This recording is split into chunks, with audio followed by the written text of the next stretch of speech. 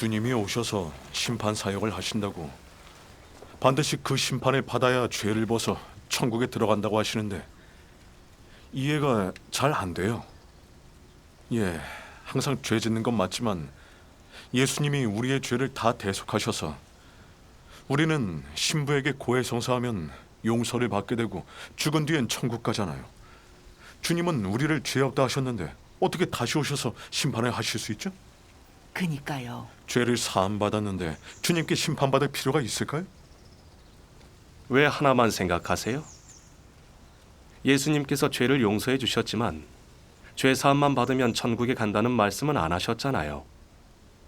예수님 말씀에 있던가요? 그런 말씀하신 적 없어요. 네, 분명하게 그러셨어요. 죄 짓는 사람은 누구든지 죄의 노예이다. 노예는 그 집에서 살 수 없지만 아들은 영원히 그 집에 살 수 있다. 내가 거룩하니 너희도 거룩해야 한다. 아멘. 죄를 사함받았다고 우리의 죄성이 없다고 할 수 있나요? 우리의 부패한 성품이 정화됐다 할 수 있나요? 죄사함 받은 건 맞아요. 하지만 죄된 본성 사탄의 성품이 남아 있어서 그대로 천국에 가면 하나님을 거역할 거고 죄를 짓고 더러운 말을 할 것입니다. 네, 천국에 그런 자를 용납할 수 있을까요? 하나님이 그런 자를 천국에 들이실까요? 아니요. 그럴 수 없습니다. 그래서 주님은 말세에 심판 사역을 하시는 겁니다. 바로 인간의 죄악과 사탄의 성품에서 건져 주님을 흠숭하고 순종하게 하는 겁니다. 그게 바로 주님이 말세에 하시는 구원입니다. 아멘. 예수님이 이런 예언을 하셨죠. 내가 너희에게 알려줄 것이 많지만 지금은 너희가 감당하지 못할 것이다. 그러나 진리의 영이 오시면 너희를 모든 진리 속으로 이끄실 것이다. 나를 거부하고 나의 말을 받아들이지 않는 자를 심판하실 리가 있으니 바로 내가 한 말이 마지막 날에 그를 심판할 것이다. 심판이 하느님 집에서 시작할 때가 되었다. 아멘. 말세에 오신 진리의 성령이 바로 전능하신 하나님이세요. 구원에 필요한 모든 진리를 선포하셨죠. 인간의 죄 짓는 문제를 뿌리 뽑고 인간의 사탄 성품을 정화하려고요. 네, 더는 죄 짓지 않고 하나님께 거역하지 않고 하나님을 흠숭하고 경배하게 하시죠. 그래야 우리가 천국에 들어갈 자격이 생기는 거고 주님의 약속과 강복을 받을 수 있게 되죠. 지금 주님을 믿는 사람들은 죄 짓고 고해성사를 해서 용서받았으니까 천국에 간다고 믿는데 그건 크게 잘못된 겁니다. 네, 어떤 사람이 천국에 갈 수 있는지 예수님이 말씀하셨어요. 나더러 주님, 주님 한다고 다 천국에 들어가는 것이 아니다. 하늘에 계신 내 아버지의 뜻을 실천해야만 들어간다. 아멘. 예수님의 말씀은 권병과 능력의 말씀이라 절대적인 진리입니다. 예. 네.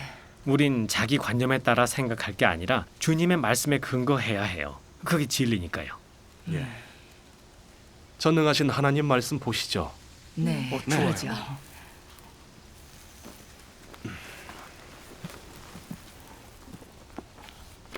제가 읽죠. 네,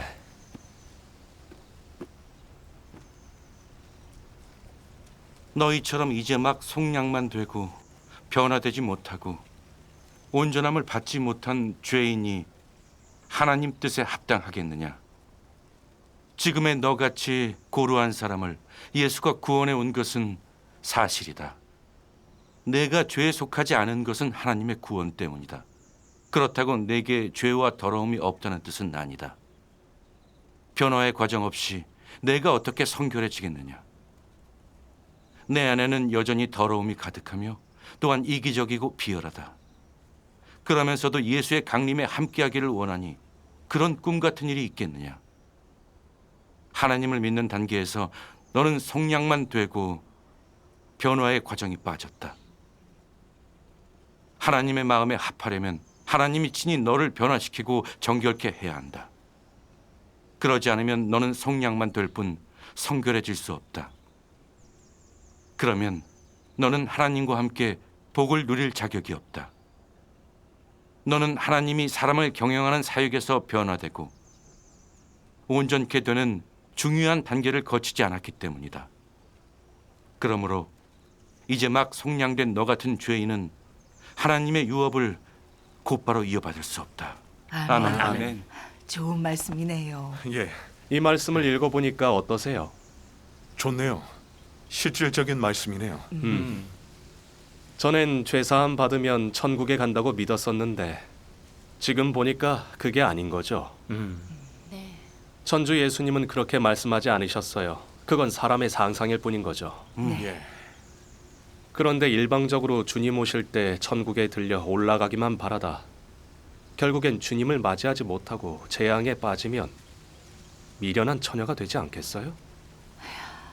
정말 그러네요. 그래서 천국에 가 좋은 종착지를 얻고 싶다면 전능하신 하나님의 심판으로 정화돼야 해요. 그게 천국에 가는 유일한 길이죠. 아멘. 예. 전능하신 하나님의 심판 정화를 받아야 하는 이유를 아시겠죠? 이제 알겠어요. 전능하신 하나님의 심판을 받아들이고 정화돼야 천국에 들어갈 자격이 있는 거죠. 그 말씀인 거잖아요. 네. 맞아요. 앞으로도 신부한테 죄를 빌고 신부한테 천국 가는 걸 의존하실 건가요? 신부한테 죄 사함 받고 천국 가길 바라는 건 그냥 일방적으로 바란 거였네요. 맞아요. 그럼요. 맞아요. 항상 신부님 앞에서 고해했었는데 지금 보니까 어리석은 거네요. 주님을 평생 믿으면서 교정과 신부를 통해서 천국 간다고 믿었으니 얼마나 미련한 겁니까? 제가 정말 어리석었네요.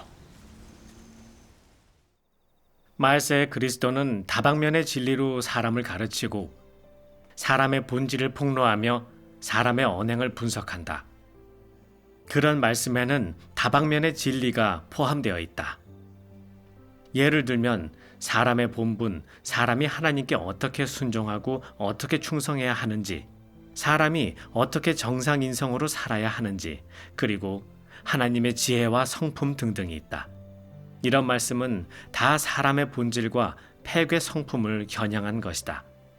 특히 사람이 어떻게 하나님을 저버렸는지를 폭로하는 말씀들은 사람이 원래 사탄의 화신이고 하나님의 적대 세력임을 더더욱 겨냥한 것이다. 하나님의 심판 사역은 두세 마디로 사람의 본성을 다 드러내는 것이 아니라 장기간에 걸쳐 폭로하고 책망하며 훈계하는 것이다. 이런 다양한 방식의 폭로와 책망, 훈계는 일반적인 언어로 대체할 수 없으며 사람에게 전혀 없는 진리로 대체하는 것이다. 이러한 방식이어야 심판이라 할 수 있고 이러한 심판이어야 사람을 납득시킬 수 있으며 사람이 하나님께 진심으로 탐복하고 하나님에 대해 진정으로 알게 할 수 있다. 심판 사역을 통해 사람은 하나님의 본래 모습을 알게 되고 또한 패역한 진상에 대해 알게 된다. 심판 사역을 통해 사람은 하나님의 뜻을 많이 알게 되고 하나님 사역의 근본 취지에 대해 많이 알게 되고 사람이 알 수 없었던 비밀을 많이 깨닫게 된다. 또한 사람의 폐괴된 본질과 폐괴된 근원에 대해 알게 되며 사람의 추악한 몰골도 발견하게 된다.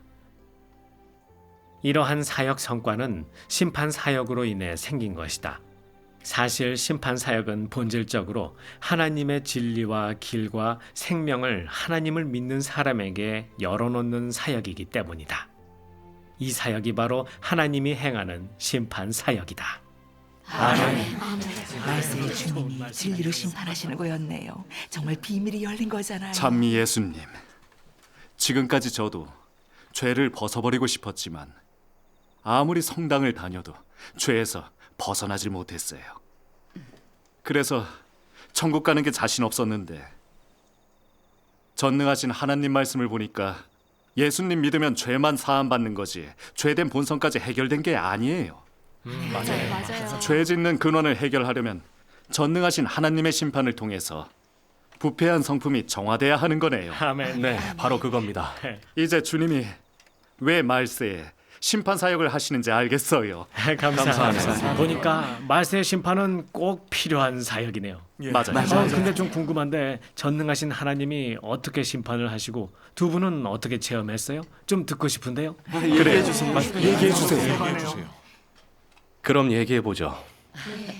전능하신 하나님을 받아들이고 이 좋은 소식을 주교와 신부들한테 전하고 싶었는데, 근데 생각과 달리 주교와 신부들이 단죄하고 크게 핍박하더라고요. 계속 반대하고 막았죠. 심지어 성당까지 부수면서 포기하라고 강요했어요.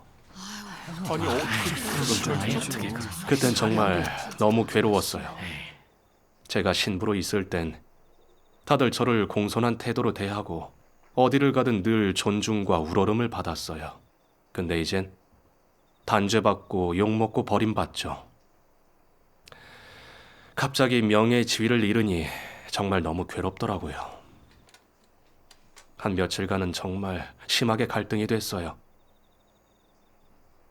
그래서 기도하다가 이 말씀을 보게 됐어요. 내가 대단한 지위를 가졌고 명성이 대단할지라도 내가 많은 지식을 가졌고 많은 재산을 가졌으며 많은 지지자들을 두었을지라도 그러한 것들에 전혀 구애받지 않고 하나님 앞에 와서 하나님의 소명과 사명을 받아 하나님이 맡겨주는 일을 한다면 내가 하는 일은 세상에서 가장 의미 있는 일이자 인류 가운데서 가장 정의로운 일이 될 것이다. 그러나 내가 지위나 개인적인 목적을 위해 하나님의 소명을 거부한다면 내가 하는 모든 일은 하나님이 저주하고 심지어 증오하는 일이 될 것이다. 아멘. 좋은 말씀이네요. 이 말씀을 보는데 하나님 앞에서 심판받는 느낌이었어요. 면목이 없었죠. 저도 수십 년 동안 주님께 충성한다고 믿었는데 정작 주님이 오셨다고 했을 때 명예의 속박에 매여서 모든 걸 다 버리지 못하고 있었어요. 그게 어떻게 충성된 사람이겠습니까? 전능하신 하나님 말씀에 심판이 없었다면 제가 섬기는 존재는 하느님이 아니라 신부의 자리고 제가 타인의 우러름을 좇고 있었다는 걸 전혀 몰랐을 겁니다. 네.